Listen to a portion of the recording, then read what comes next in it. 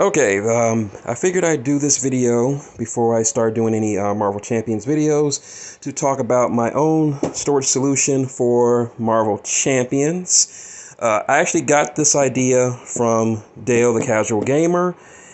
He was one of the most prolific and consistent Marvel Champions content creators on YouTube, but unfortunately he is long since retired, so hopefully I can fill the void he left behind. I really can't, but you can see how he inspired me. So I'll tell you about all the contents and little bits and bobs that I use for this so that you can buy it yourself. I got everything off here from Amazon, and it's all pretty much affordable. So there's that. So, but before we get started, I should tell you that I don't have everything for Marvel Champions. I have nearly all the heroes. I have all but one of the expansion boxes. I'm missing Sinister Motives. And I have so far all but two of the villain small campaign decks. One I plan to get, the other I'm not going to get at all. So there's that. So before further ado, first, this is a standard BCW 5000 box 5-row card box holder. It can hold up to 5,000 cards sleeved. The sleeves I'm using are a Ultra Pro penny sleeves. You can get those on Amazon for like $5 for 500. They're cheap, inexpensive, and I'm not gonna really go real fancy with these since I have so many damn cards in here. This box, last time I checked, is on Amazon for $20. Very worth it. And I still have space and for everything else, as you can see, and I'll just show you what I have here. So, box opens up. All right, on top I have the rules reference cards. The rule reference books, the learn to play books. This is the sheet I have for my current campaign. I'm going through the Mutant Genesis book, so this is the one I'm doing right now. And of course, Mutant Genesis, I always put the campaign I'm working on in here so that I know which one I'm doing. Alright, first row, this is all hero cards, all my hero decks. For each hero deck, I've sorted them out with these little dividers. These are very cheap, like $6 on Amazon. You get like a pack of, what, 100, 150, I can't remember, but there's certainly a lot in there, good for the price. I separated all the heroes by their different team affiliations. So we have Web Warriors, X-Men, Guardians of the Galaxy, and the Avengers. So they're all sorted by teams. And I further did so. And I actually, before I get to this, a few people had print-out cards made to act as dividers for their different decks. And I was originally had that done, but I decided that the better way to do it is to have, why can't the hero cards themselves be dividers? So all the hero cards that I have are in these top loaders, BCW top loaders. Easily to find, very cheap, very affordable. I'm still working through the first pack, so that way, so whenever I feel like, whenever I'm going to play a game, all I do is just reach in, pull out the cards, and I'm ready to play. And then I can just use this as the hero card so it'll be protected. I don't have to sleeve them. So there's that. Right here, this is just a space holder to make sure things don't jostle around too much. Here is what I call all the little bobs and ends. These are special tokens. These are obligation cards. All the obligations that I have in this are in this little box. These are like jewelry boxes. They're pretty easy, they're pretty cheap. You can get a bunch of them, and I had to modify this one because of their little inserts in here. I had to cut those out, but I got all of the hero obligations in here, so I can easily get to them. This is for my status conditions, accelerators, and a few other stuff that comes in it. And over here, on the other side, I have threat tokens and health trackers. I might upgrade to to some better ones in the future, but not right now. Over here, we have aspect cards, sorted out by color and, of course, sorted out by teams. So, of course, X-Men, Guardians of the Galaxy, and Avengers, all sorted by color and what have you. And this is pretty, and as you can see, I still have some space left over. I have a lot of space for extra content. So whenever I get Sinister Motives, I'll have plenty of space for it.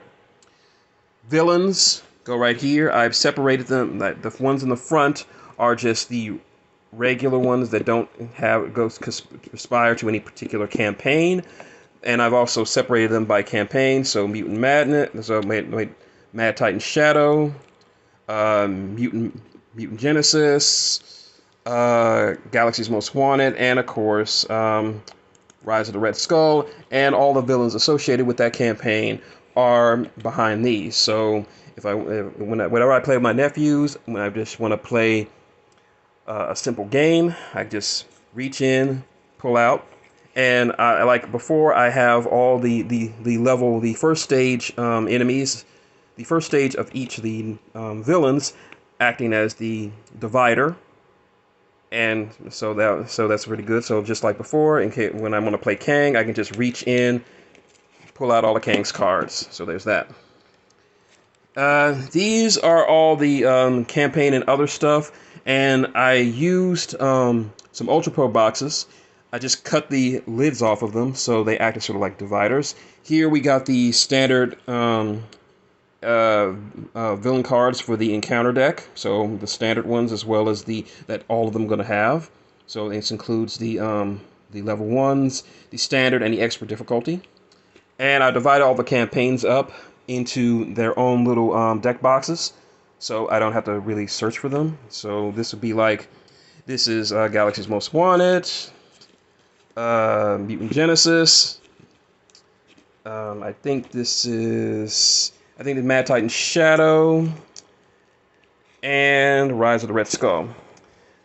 Up front, we have here in this section, we have the modular encounter sets that don't prescribe to any particular campaign, so they're all placed here. And behind them are the Nemesis cards, not in any particular order. I can just thumb through them and get the ones that I want. So that's pretty good. And this row is just for the little extra bits and bobs. I may repurpose this if I have more cards, but that's not going to be for a while. This is where I keep the enemy threat tracker, the enemy health tracker, all my health trackers, all the hero books for all the hero decks that you get, which tells you which deck list is best for them. So I keep this around. So yeah, I may just repurpose this. And of course I got some more of these Ultra Pro deck boxes, very cheap. You can get like a bunch of them for like $10. Just cut the tops off them. They serve as great spacers, so nothing's really jostling around. And this is basically my entire setup for Marvel Champions. Please note that if you're using when you're using the top loaders, they can fit, the top loaders will fit in the box, but only in staggered positions. Like I got top loaders here and top loaders here. You can't put top loaders in every area because the top loaders kind of bend the divider over, so they wouldn't fit in here, and it would leave everything kind of slanted. But so just make sure. So the only ones I would put the top loader solution for are the heroes and the villains. That's it. But yeah, that would ask for what I have. The only ones I'm missing, I'm missing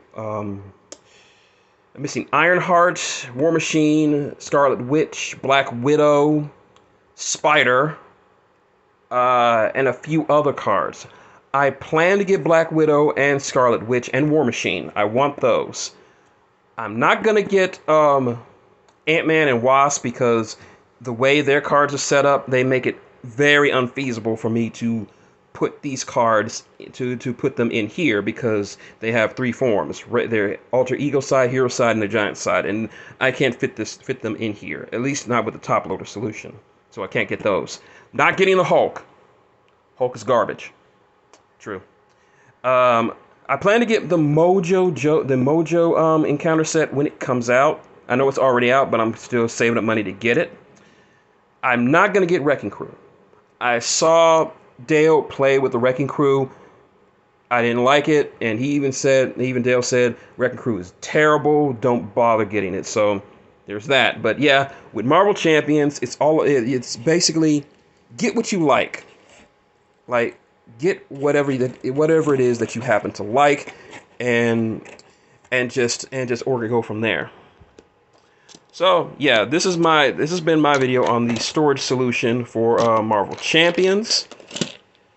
If you have any questions or comments about where I got my stuff, my ideas, and other stuff about Marvel Champions, please leave it in the comments below. Remember to like, subscribe, and get ready for my first Marvel Champions playthrough. So I hope to see you guys in the comments to let me know what I did and what I didn't do wrong.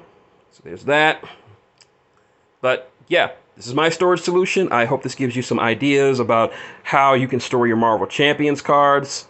And if you do this, I'm glad that I was able to help. So until next time, it's been shintigercurl, that dude in the straw hat, saying good night and Excelsior.